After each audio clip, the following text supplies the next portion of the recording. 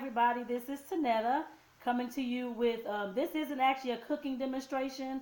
This is actually me showing you how to pick collard greens. So I wanted to say before I get started to thank you all for, of course, tuning into this I guess to this picking of collard greens, I guess I should say. And I want to make sure that you all know that, of course, I'm posting videos a lot on my channel now. So I hope that, I hope that you all go ahead and press the subscribe button, Lord, on the right of this video to make sure that you're, of course, subscribed and know when I have my next videos coming up. Once you subscribe, the little bell notification to come up, just make sure that you put that to all so that you can see all the videos that I do once I do post them and they are shared to YouTube. So with that, I'm going to go ahead and get back to, I guess, picking these greens. I actually started already, but I decided to go ahead and put this on video just to create something different that I haven't done before on the video, of course, as far as actually picking collard greens and that kind of thing. So I just want to go ahead and finish with this so I can go ahead and do the cooking demo actually. So, but with these collard greens, these like really, really big leaves, y'all. I got these yesterday from Soulard's Market. Went down because I haven't been down there in a while, and of course, since I'm on vacation right now, I went down yesterday afternoon to, of course, find some good deals on fruits and vegetables and meat and stuff like that. And I got two bunches of collard greens. I think they were $1 each, actually. I believe they were $1 each or $1.50. One of the two, but they were less than $5 for both of the big bundles of collard greens. So that was a great deal. And like I said, as far as me picking these collard greens, I don't know if I've actually searched anybody else on YouTube picking collard greens, but I figured why not just go ahead and do one. Doesn't even make a difference.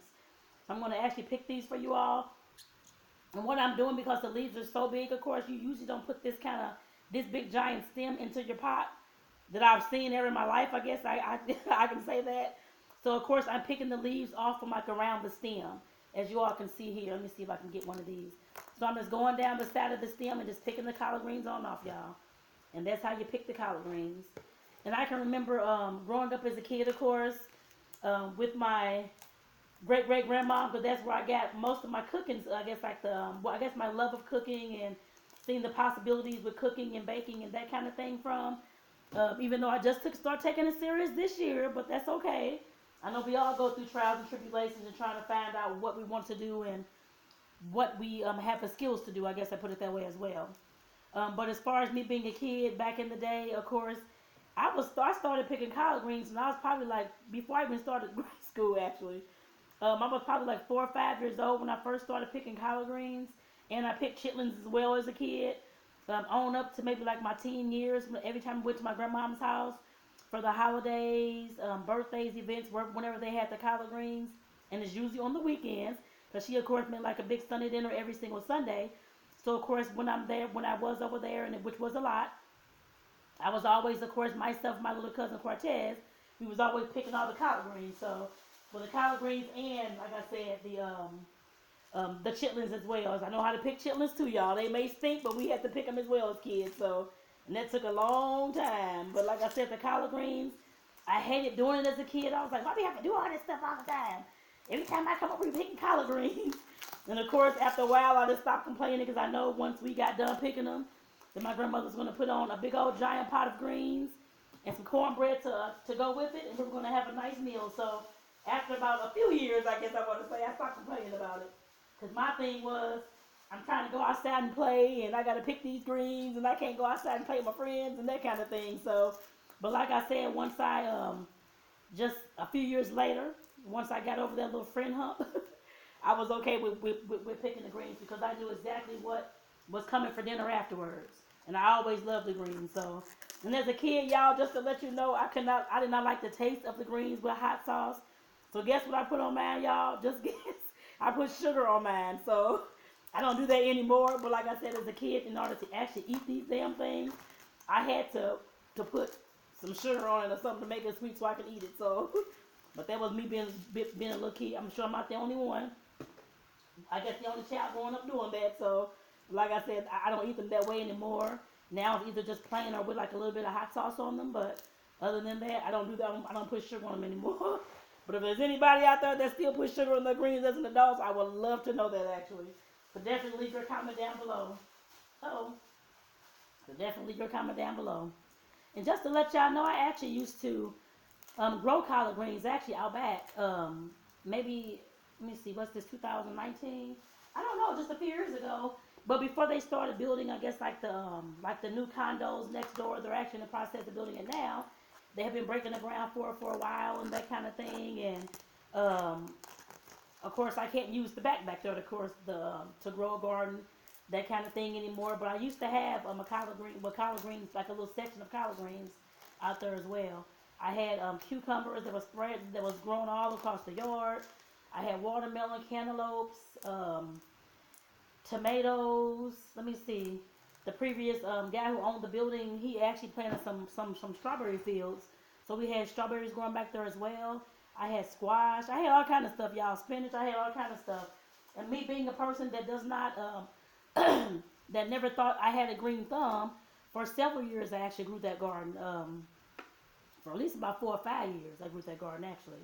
And like I said, since then, like the last few years I haven't, like I said, because they've been going through back and forth with the building and that kind of thing. And the summers have come, and I just, well, for one, I didn't have time the summers before, but this past summer I was going to go ask the new manager, and right before I went to ask, they're over here breaking ground, so I just said forget it. I know we can't grow, I know I couldn't put a garden out there then, so I just left it alone. But I know one day I will have enough land, a house and enough land to, of course, regrow another garden and make it my own, where I wouldn't have to move or go anywhere else, and I own the land, I own my garden. So like I said, I definitely look forward to that. And just to let you all know, so I'm talking about growing gardens, I'm actually here in St. Louis, in the city of St. Louis actually, South St. Louis City. And of course, I know we have all these vacant lots and that kind of thing. There's no reason why we can't utilize these lots, and that's what my garden was, on a lot, like right next to my building. So like I said, there was no reason why you cannot utilize the lots anywhere that you stay. As long as nobody's, of course, griping about it, you have complaining neighbors or that kind of thing, but you should be okay to plant your garden out there as well. Like I said, I did mine. Oh, most of my, majority of my items, of course, I kept, of course, a lot of it as well. But of course, at some point, it got to be so big and so huge, and I had just stuff for days. So I was taking my family's, of course, actually, I take that back. I was taking my family's vegetables, because it seems like my neighbors wanted all my watermelon and cantaloupe, so I never even tasted one. I know they're huge, is all that I know, but other than that, I couldn't even tell you how they even taste. So the vegetables that I had out there, of course, I was taking that to my family and friends and that kind of thing to, of course, to help them feed their families. It was, to me, I didn't charge them anything for it. It was free. My thing is, my gifts and my talents can, of course, to help bless somebody else. And that's exactly what I've done and have always done. So like I said, they were definitely grateful of that. And they said they tasted so good, which they did taste awesome. Like I said, me not actually growing up to like plant and farm and that kind of thing, I think I did a hell of a job with my garden outside. So that was awesome. And I had a lot of stuff to go, my salads and that kind of thing as well. I had spinach and stuff like that too. So that was always a good deal, always awesome. And I wonder if any of y'all out there had ever planted a garden. I don't know. I know, well, once I post this, I hope that some of you all can let me know if y'all have had a garden where you stay, or if you have one, like I have lived on like a farm or anything along those lines, where you were, of course, caretaking the land, or as a kid, if you even picked greens. So like I said, just let me know out there, you all. I do want to know what you all are doing, how you all grew up, and what you're doing now, that kind of thing, as far as food, and whether you've grown your own stuff and fed families, that kind of thing. Like I said, definitely let me know out there, y'all. So I would definitely love to know what you all are up to out there. I'm trying to see. I only have like a few more greens left, y'all. A few big giant greens left to pick. So like I said, after this, I will be doing a cooking demo of how to make your own collard greens, and they'll actually be in my crock pot. So definitely look out for that video coming on my channel soon as well, because I'll be making that tonight, and I will try to get them posted either tonight or tomorrow, actually, you all. So you all can see that and make some collard greens, which are simple and easy to make for your own family. So yes. And collard greens are actually very, very, I don't know the actual, excuse me, I guess like the content of nutrients, but I know that they are very, they're green, of course, the green, like out of the green family, they are green vegetables. So of course, I'm sure they're packed high in calcium and things like that. I just don't know all the vitamins and stuff like that's in them. So I couldn't really say offhand what's actually in them, but I know they're very packed and a lot of vitamins and minerals, and very good for you. Actually, I want to know, has anybody ever, I mean, how you all cook your collard greens? Everybody just boil them, or does anybody saute them or anything? Because I've never heard of that, but I guess sauteing wise, which I'm sure you can probably saute them. I just haven't done that before. So like I said, definitely let me know down below in the comment section if you all, your family used to or have done that. 'Cause I would definitely love to know, y'all. Definitely love to know. Like I said, I'm getting down to the end of these collard greens here. Finished picking them almost. I think I got one or two left. Yeah. So, and this is actually just to let you all know. I know I used to complain as a kid picking greens and that kind of thing. And then of course I grew into the stage where I knew I had to pick them because we were gonna have some really good food. And now I'm at the stage as an adult.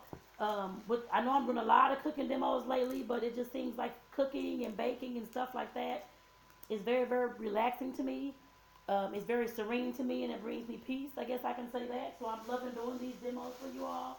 And if there's anything that anybody wants to see as far as a cooking demo, you can always, of course, let me know by leaving a comment down below and just letting me know what you all want to see as far as a cooking demo.